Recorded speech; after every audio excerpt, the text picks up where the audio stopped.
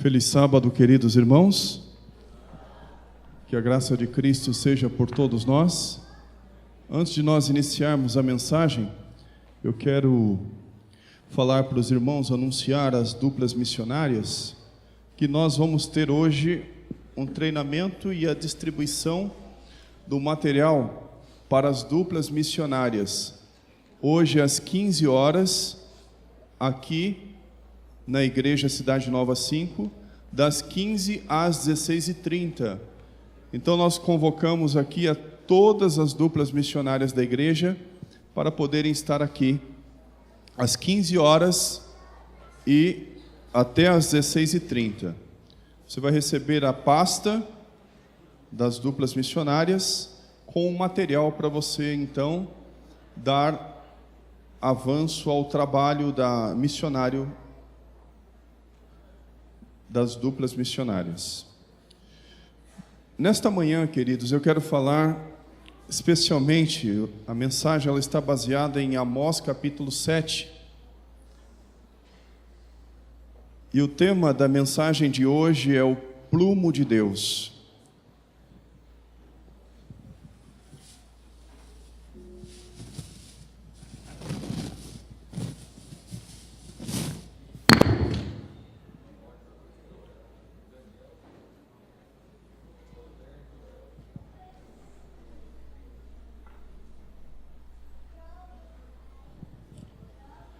Você pode estar vendo aqui, achando um pouco estranho, o que um tijolo tem a ver aqui com um plumo. Esse aqui é um plumo, é um material usado nas construções para justamente aplumar a parede e usa também um nível. Mas o plumo, ele é mencionado na palavra de Deus nos versos 7 e 8 de Amós. A palavra de Deus em Amós capítulo 7, versos 7 e 8. Amós 7, versos 7 e 8. Na palavra de Deus, nós encontramos referência ao plumo, que hoje é usado para construções, onde uma parede ela deve ser feita, construída, de forma em que se eles utilizam um plumo para que a parede não fique torta. Amós capítulo 7, versos 7 e 8 diz assim, capítulo 7, versos 7 e 8. Mostrou-me também assim, o Senhor estava sobre um muro, levantado a prumo, e tinha um prumo na sua mão. E o Senhor me perguntou, que vês tu, Amós? Eu respondi, um prumo. Então disse o Senhor, eis que eu porei um prumo no meio do meu povo Israel. Nunca mais passarei por ele. O povo de Israel, queridos, eles viviam um momento de prosperidade no período em que Amós era o profeta ali. O livro de Amós, ele compõe a coleção dos chamados livros, ele faz parte da coleção dos chamados livros menores, ou profetas menores, porque eram livros que foram escritos em rolos pequenos, não eram rolos grandes, então eles são considerados profetas menores, esses livros. A palavra Amós, do hebraico, ela significa portador de um fardo. Amós, ele foi chamado por Deus para transmitir uma mensagem muito pesada para o povo de Israel, que naquela época o povo de Israel estava dividido entre Jeroboão II e Uzias. Uzias era rei da parte sul e Jeroboão era rei da parte norte, lá em Israel. E eles estavam vivendo um momento de muita prosperidade. As nações não eram mais uma ameaça para eles. O povo estava feliz, eles estavam fartos. Mas um detalhe havia acontecido entre o povo de Israel. eles, devido à sua comodidade, devido ao seu conforto, eles se esqueceram da palavra de Deus. Eles deixaram de lado a palavra de Deus, os princípios da palavra de Deus. Eles ainda continuavam fazendo cultos para Deus, ofertando para Deus, mas o coração deles estava longe de Deus. E Amós, que era boiadeiro, um homem do campo, e também ele costumava colher frutos, que era um figo, que ele era um colhedor de figos também, e Amós foi chamado por Deus para levar a mensagem ao povo de Israel. E o povo de Israel, queridos, eles não pensavam em hipótese alguma que haveria de vir um momento de tribulação contra eles, porque aqueles momentos em que eles estavam vivendo eram momentos que para eles era muito bom. No entanto, Deus chamou Amós, queridos, para levar esta mensagem para eles. O povo de Israel era um povo abençoado, mas um povo abençoado pode perder o favor de Deus? Será que é possível que aquele povo que se mantém durante muito tempo recebendo as bênçãos de Deus, ele pode perder essas bênçãos? Sim, queridos, isso aconteceu com Israel, porque eles haviam deixado de lado os princípios da palavra de Deus. Este tijolo, ele representa para nós a nossa vida. Seja onde for que Deus nos colocar, queridos, na parte da base, ou no meio da parede da construção, ou lá em cima, aonde Deus nos colocar, a nossa vida ela deve ser sempre aprumada, porque Deus, a qualquer momento, Ele pode passar pela nossa vida, ver quem nós somos, e Ele vai medir a nossa vida. O que aconteceu com Israel foi que quando Deus ali libertou Israel da escravidão egípcia através de Moisés, fez com que o povo de Israel recebesse a terra prometida, a terra que mana leite e mel, a Canaã terrestre. Deus cumpriu aquilo que Ele havia prometido ao povo, mas um dia Deus iria voltar para avaliar a vida do povo de Israel. E apesar que tanto o rei Uzias quanto o rei Jeroboão II, eles estavam seguindo caminhos que não eram a favor da vontade de Deus, mas Jeroboão II foi ainda pior, porque além deles cultuarem a Deus, eles também estavam cultuando a idolatria. E Jeroboão, seguindo os passos do seu pai, colocou para que Israel também adorasse o bezerro de ouro, ídolos que eles trouxeram do paganismo. Então o povo estava ao mesmo tempo fazendo culto para Deus, ofertando para Deus e ofertando para o inimigo. E a Bíblia nos diz lá em Mateus capítulo 6, verso 24, que nós não podemos ter dois senhores na nossa vida. Se nós tivermos dois senhores na nossa vida, queridos, nós não temos como agradar um e o outro ao mesmo tempo.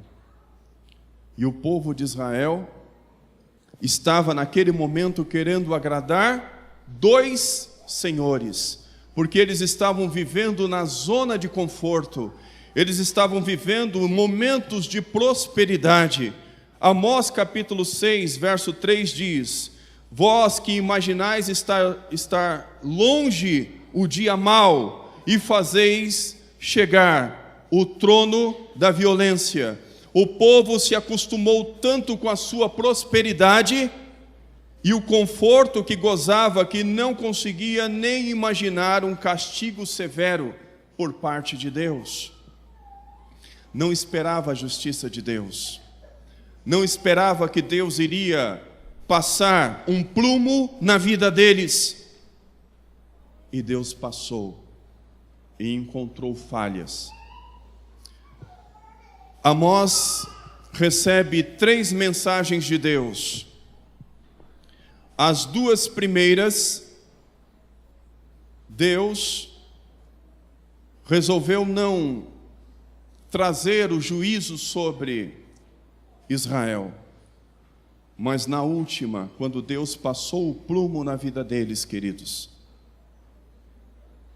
eles foram julgados. Viver em prosperidade nos dias de hoje, nos dias em que nós estamos atuais, pode também, queridos, nos afastar de Deus. Podemos nós hoje, como povo de Deus, estar vindo à igreja, fazendo culto para Deus, e ao mesmo tempo afastados de Deus? Será que isso é possível na nossa vida? Será que nós podemos estar tentando agradar a Deus e agradar outro Senhor na nossa vida? Sabe, queridos, nós vivemos em tempos difíceis. Embora aparentemente nós estamos vivendo num período em que nos traz conforto material, nos traz segurança material, mas estamos vivendo num período em que estamos caminhando para o fim de todas as coisas. E a questão é, de que lado nós estaremos neste grande conflito? De que lado nós seguiremos? Iremos seguir os princípios da palavra de Deus? Ou iremos deixar de lado os princípios da palavra de Deus para seguir aquilo que mais nos agrada? Era o que estava acontecendo com o povo de Israel.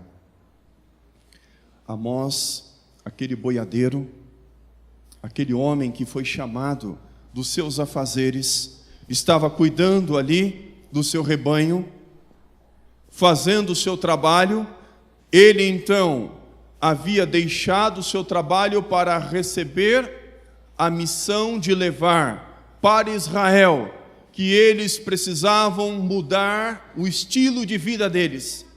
E quando Amós chegou até Israel, primeiro, ele sofreu o preconceito de ser um forasteiro, de ser ali um estrangeiro naquela terra.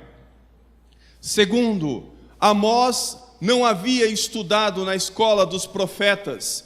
Amós não era uma pessoa que havia vindo ali da escola dos profetas. Era um boiadeiro, um homem simples.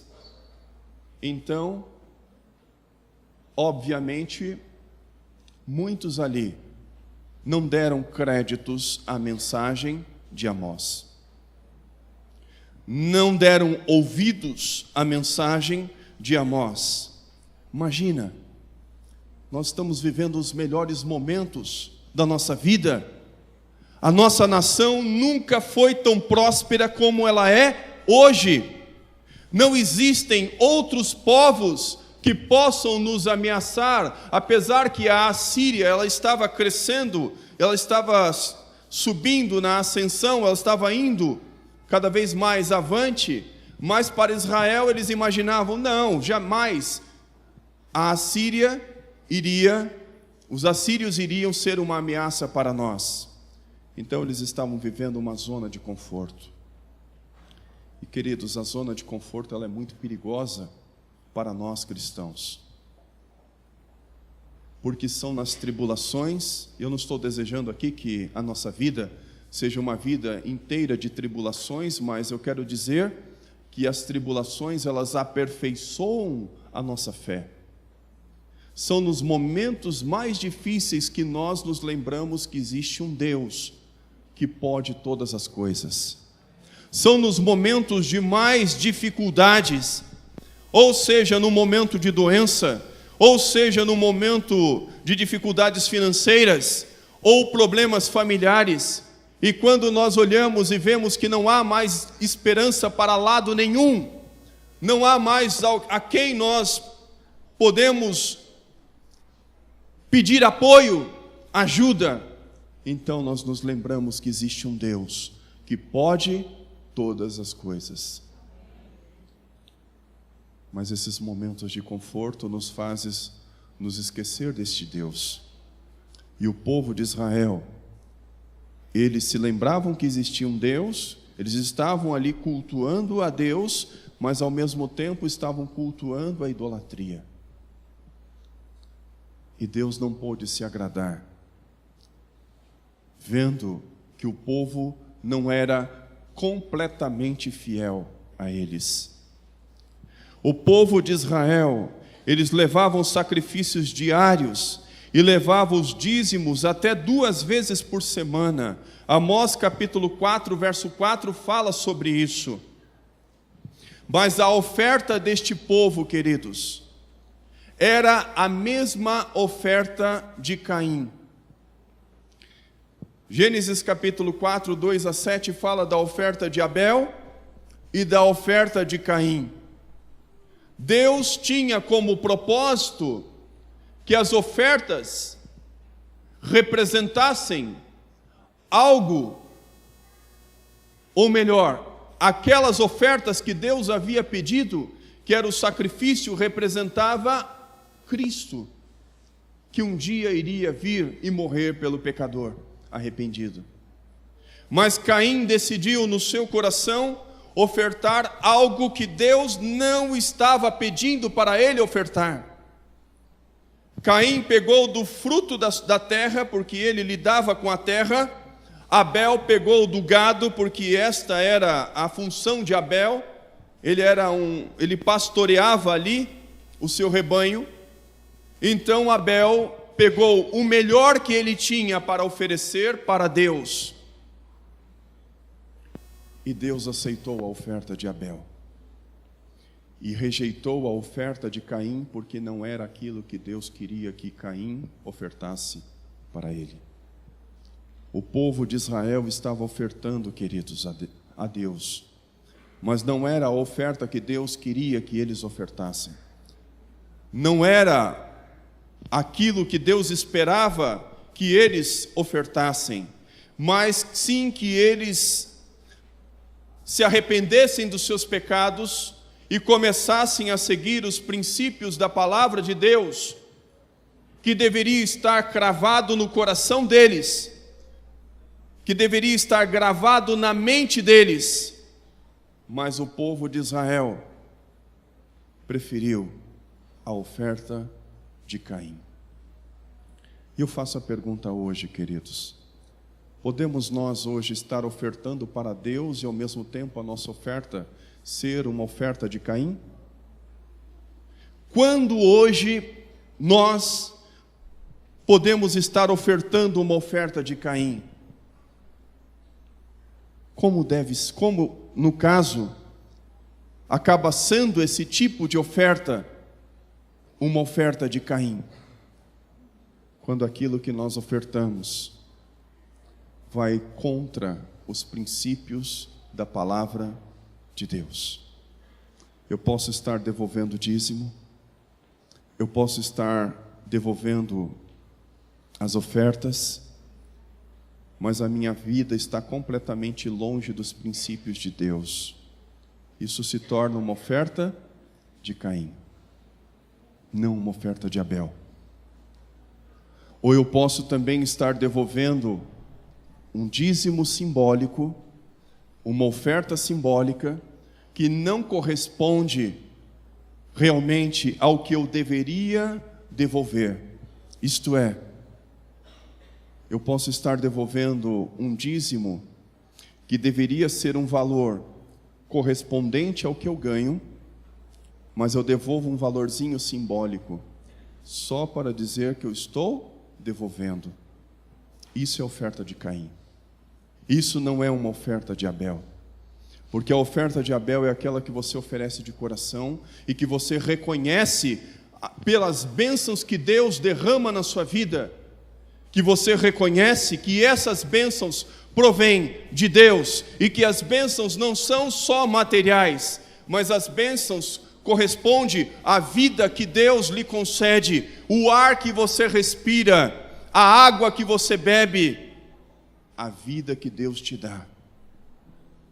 Então você reconhece que essas bênçãos procedem de Deus, e de forma em que o mínimo que você pode fazer é ofertar uma oferta de Abel e não de Caim, porque a oferta de Caim, ela é rejeitada por Deus. A oferta de Caim, quando Deus passa o plumo, ela vai ser encontrada como uma oferta falha, uma oferta defeituosa. E a minha vida, queridos, por mais que eu e você somos pecadores neste mundo, nós temos que começar a caminhar seguindo os princípios da palavra de Deus, porque são os princípios da palavra de Deus que vai endireitar o nosso caminho, porque Cristo é o nosso caminho, e é este caminho que nós devemos seguir. É este caminho que vai nos levar para o céu. É este caminho que vai nos mostrar a salvação.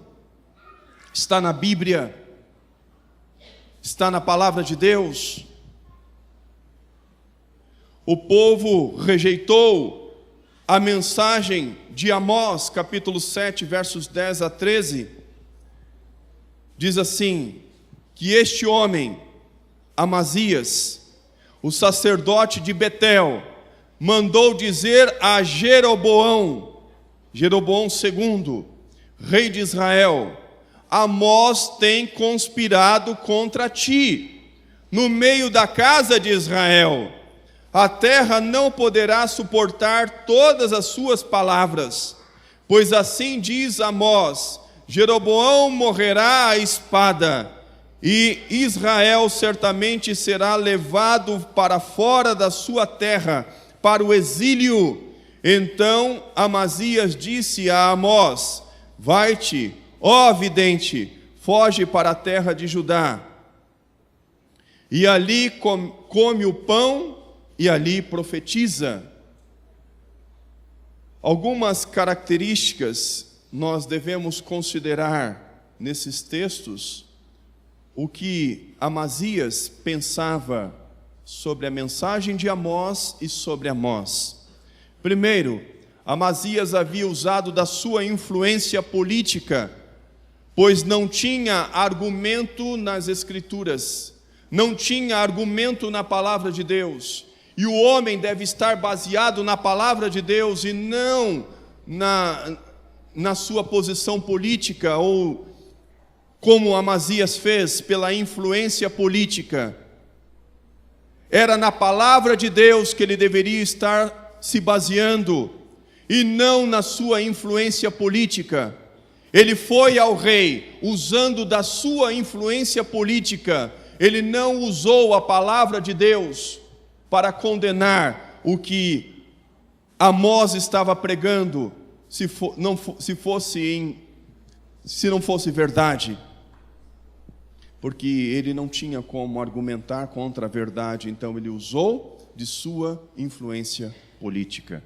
Um outro aspecto nesta mensagem, ele usou o povo e não a palavra de Deus como padrão, dizendo: a terra não pode sofrer as suas palavras.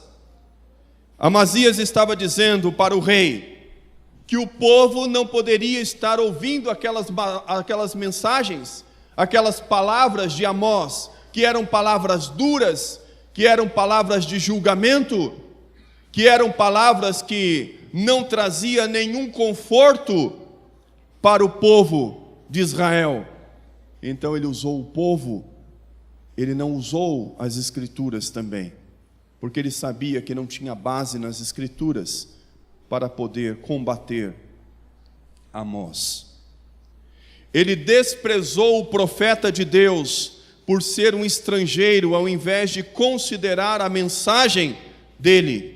Amós capítulo 7, verso 12, ele diz: vai para a sua terra, vai lá e come o pão e profetiza para o povo da sua terra. Em outras palavras, estava dizendo isso: vai, Amós, você não é daqui, você não é desta terra, então se você tem essas palavras para dizer, vai falar para o seu povo, vai para lá e não aqui, porque aqui você está comendo o pão desta nação e que você não pertence. Então vai lá comer o pão da nação aonde você pertence e vai falar as palavras duras para eles e não para nós. Então Amazias utilizou de um desprezo profundo contra o profeta de Deus, preferiu não ouvir a sua mensagem, preferiu não considerar esta mensagem. Ele defendeu seu território com a autoridade dada pelos homens, citando o santuário do rei, não de Deus, e o templo do rei, não do Senhor. Amós 7,13. Amazias não havia considerado e dito assim: olha, este é o reino de Deus, este aqui é o templo do Senhor. Ele disse: aqui é o reino do rei, o templo do rei, e não de Deus. Amós levou a mensagem ao povo de Israel. Amazias, o rei, e muitos não aceitaram essa mensagem de advertência. A resposta do profeta Amós está nos versos 14 a 17. Amós não foi intimidado pela censura de Amazias. A réplica dele consiste em 3 pontos importantes que ensinam lições importantes para os dias de hoje. Amós capítulo 7, 14, não sou profeta nem discípulo de Deus. Amós não tinha o pedigree, não havia estudado na escola dos profetas, mas era um homem escolhido por Deus para levar uma mensagem de Deus a um povo que estava vivendo uma vida torta e que precisava ser endireitada pelos princípios da palavra de Deus. E hoje, queridos, nós precisamos ter a nossa vida endireitada pelos princípios da palavra de Deus, ou viver a nossa vida em conformidade, em conforto, na zona de conforto, como o povo de Israel estava vivendo. Outra coisa a considerar: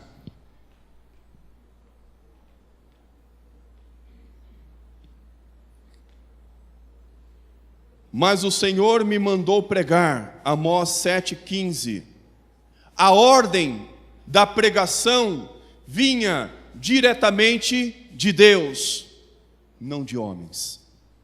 Amós recebeu um chamado de Deus, não um chamado de homens, para pregar a mensagem da palavra de Deus. Isso eu aplico para a minha vida, queridos. Eu não vim aqui para agradar homens, não vim aqui para fazer vontade de homens. Eu estou aqui para fazer a vontade de Deus. Deus me chamou de um lugar distante, numa hora certa, Ele me chamou. E eu ouvi o chamado de Deus, e hoje eu estou aqui. Já enfrentei muitos desafios, muitos momentos de tribulação, e eu entendo que esses momentos, queridos, foram bons para aperfeiçoar a minha fé, aperfeiçoar o meu caráter, para me ajudar no crescimento, porque eu sou falho como vocês. E eu entendo hoje, queridos, que esses momentos de dificuldade, momentos de tribulação, nos ajuda no aperfeiçoamento do nosso caráter, no nosso crescimento espiritual. E eu vou dizer uma coisa para vocês. Sabe quem vai te ajudar a ir para o céu? É aquela pessoa que fala mal de você, é aquela pessoa que te critica, é aquela pessoa que faz de tudo para atrapalhar a sua vida e o seu trabalho.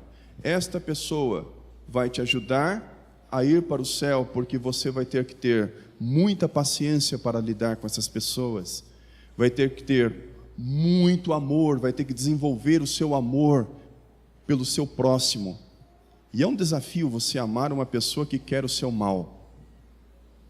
Não são as pessoas boas que vão te ajudar a ir para o céu. Claro, vão orar por você, mas são aquelas, queridos, que vão desafiar a nossa vida, a nossa comunhão com Deus, a nossa paciência, o amor pelo próximo. Então você vai ter que aprender a amar aquelas pessoas que querem o seu mal. São essas pessoas que nos ajudam. Eu já ouvi isso há muito tempo. Há muito tempo eu ouvi alguém falar isso para mim e eu estou passando isso para vocês. Isso é verdade, queridos. São as pessoas que mais nos dão trabalho, que vão ajudar no aperfeiçoamento da nossa fé, para sabermos lidar com elas, para então irmos para o céu, através dos princípios da palavra de Deus. Uma outra coisa a considerar na mensagem de Amós é que você pode tentar proibir a pregação da verdade, mas não mudará nada da vontade de Deus. Sua rejeição trará a ira de Deus sobre vocês. Amós 7, 16 a 17. Não importa se as pessoas aceitem a mensagem, mas aquilo que Deus falou vai se cumprir. Não importa se muitas vezes você que vai dar um estudo bíblico e você vê que as pessoas não estão aceitando, não querem. Você entrega um folheto, a pessoa pega a massa e joga no chão na sua frente. Você entrega um livro que nós vamos entregar agora, dia 25, a pessoa pega, tá bom, pega e joga na lata do lixo, como muitas vezes a gente vê muitos livros jogados na lata do lixo. Não importa se isso aconteça. Isso não é, você não deve se desanimar. Porque Amós estava pregando para pessoas que não queriam ouvir a mensagem. Mas a promessa de Deus se cumpriu. Jesus está voltando. E todas as pessoas na face da terra não vai poder dizer, nunca vai poder dizer, eu não sabia, ninguém me avisou. Então, se você prega a mensagem para um mundo que não quer ouvir a mensagem de Deus, você deve continuar pregando mesmo assim. Para muitos, o tempo da conversão pode ser que não aconteça agora, pode demorar um tempo. Para outros pode não acontecer nunca. E para outros pode acontecer de forma imediata, como muitos que estão aqui, que já receberam a mensagem e hoje estão batizados aqui nesta igreja. Amém. Mas para outros, mas mesmo assim eu quero dizer que a mensagem ela deve ser pregada. Jamais nós devemos deixar de pregar. Você foi chamado por Deus para cumprir uma missão. A missão de pregar o Evangelho e de se manter firme, puro nos princípios da palavra de Deus. O prumo de hoje, queridos, consiste na nossa vida. A construção ela deve ser uma casa espiritual, com Jesus como a pedra angular. 1 Pedro 2, 1 a 8. Jesus deve ser a pedra angular da nossa vida. Jesus deve ser a pedra angular, aquela que vai ser a base no casamento, na família, na igreja. A pedra principal que vai segurar toda a estrutura deve ser Cristo, e não filosofias de homens, e não coisas do mundo devem ser a base para sustentar a nossa vida, a vida da nossa família, a vida da igreja. Cristo deve ser a base. Como o prumo deve ser aplicado hoje? Primeiro, pregar Cristo ou pregar doutrinas de homens? 1 Coríntios 2, 1 a 2 e verso 5. Cristo em primeiro lugar. Cristo é o prumo da nossa vida. É Ele que vai nos manter firmes diante de quaisquer que sejam as circunstâncias. Louvar a Deus conforme a sua vontade ou fazer show para atrair os homens, ou atrativos para atrair as pessoas. Você está aqui para louvar a Deus ou para louvar os homens nesta terra? Respeitar as instruções de Deus sobre a liderança nas igrejas ou escolher homens e mulheres conforme a vontade da sociedade? Isso se aplica mais quando se escolhe uma liderança da igreja. E muitas vezes eu tenho observado que a escolha de líderes na igreja tem muito a ver com a amizade. Eu escolho fulano porque fulano é meu amigo, e não porque ele está apto para liderar e atuar no trabalho da igreja. Não é assim que eu devo escolher as pessoas. Eu devo deixar Deus escolher. Deus tem que dirigir, tanto nas comissões, nas assembleias que escolhe os pastores para serem administradores e departamentais, como a liderança da igreja, como os pastores que são transferidos também. Não é o homem que deve colocar o dedo e interferir nas coisas de Deus, mas é Deus que tem que direcionar as coisas. Às vezes tem igrejas onde irmãos vão lá na associação pedir: eu quero o pastor fulano de tal, eu quero esse, não quero aquele. Não é você que tem que escolher, é Deus. É Deus que tem que estar à frente. Deixa Deus ser Deus na vida da igreja. Deixa Deus escolher aquilo que é correto para a vida de todos nós na igreja. Vamos deixar Deus ser Deus na nossa vida, queridos.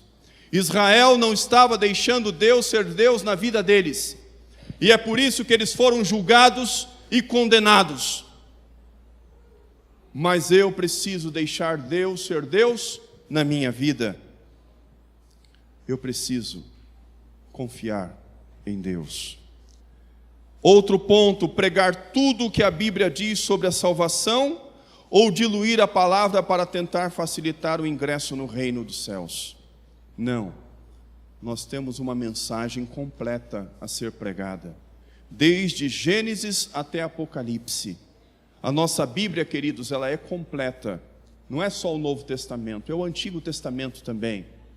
Não é só alguns livros do Novo Testamento, é o Apocalipse também. Quando fala de sábado, sábado é sim o dia santo do Senhor.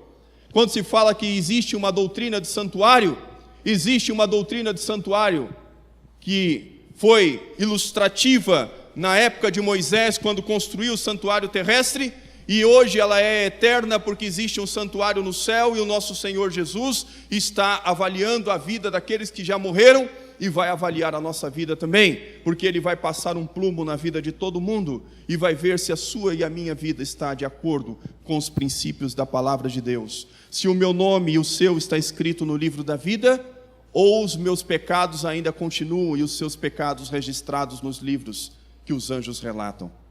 Está lá em Apocalipse capítulo 20, versos 7 a 11. Os ímpios vão ressuscitar, os livros serão abertos, o livro da vida vai ser aberto, os pecados dos ímpios continuarão nos livros porque eles não se arrependeram. Então eles vão ver que eles não serão salvos porque o nome deles não está escrito no livro da vida, porque eles não aceitaram Cristo como Senhor e Salvador e porque não aplicaram os princípios da palavra de Deus em sua vida. Deus é um Deus justo, é um Deus correto, é um Deus de amor, é um Deus de misericórdia, mas também é um Deus de juízo. Último ponto: abrir mão do materialismo e das coisas que o mundo valoriza, ou pregar a prosperidade e a saúde como direitos dos fiéis. Eu tenho um texto para nós que é João 16:33, que diz assim: eu disse essas coisas para que em mim vocês tenham paz. Neste mundo vocês terão aflições, contudo, tenha ânimo, eu venci o mundo. Jesus nunca prometeu que você deve dar tudo que você tem para ser rico, para alcançar prosperidade, como o evangelho da prosperidade ensina hoje. Isso é uma mentira. Você deve ser fiel a Deus pela gratidão das bênçãos que Deus concede na sua vida, mas não porque você vai querer conseguir mais coisas de Deus, porque Deus sabe daquilo que você precisa. E você deve orar, confiar no Senhor, confiar na palavra de Deus, porque Ele diz: no mundo vocês vão ter aflições. Aflições nós vamos passar, elas ajudam a fortificar a nossa fé, mas Ele diz: tenha bom ânimo, porque Ele está conosco. Ele enviou o Consolador. Lá em João 14, fala da vinda do Consolador. Ele enviou para nós, e Ele estará conosco para sempre. A mensagem de Amós não foi bem aceita, mas foi verdadeira. Ele avisou o povo do perigo de ser religioso sem ser obediente a Deus. Como seu plumo na mão, qual seria o resultado da fiscalização hoje na nossa vida? Se o muro está torto, devemos ter coragem para derrubá-lo e voltar à planta original. Quando eu falo de muro, é a minha vida, é a nossa vida. Se a nossa vida hoje está torta, queridos, nós devemos quebrar tudo e continuar lá da planta original. Aonde é a planta original? É aqui, ó, a Bíblia, a palavra de Deus. Eu devo destruir aquilo, quebrar, tirar da minha vida tudo aquilo que me impede de estar na presença de Deus e agora seguir a planta original, que são os princípios da palavra de Deus. Cada pecador que se perde neste conflito final será uma agulha cravada no coração de Deus, que o fará sofrer por amor daqueles que um dia Ele criou, quis salvar, mas que não existem mais. Ezequiel 37:11 diz que Deus não terá prazer na morte do ímpio, mas a morte do ímpio será necessária, porque ele não aceitou a verdade, e por não aceitar a verdade, no universo inteiro não se encontrará mais espaço para ele.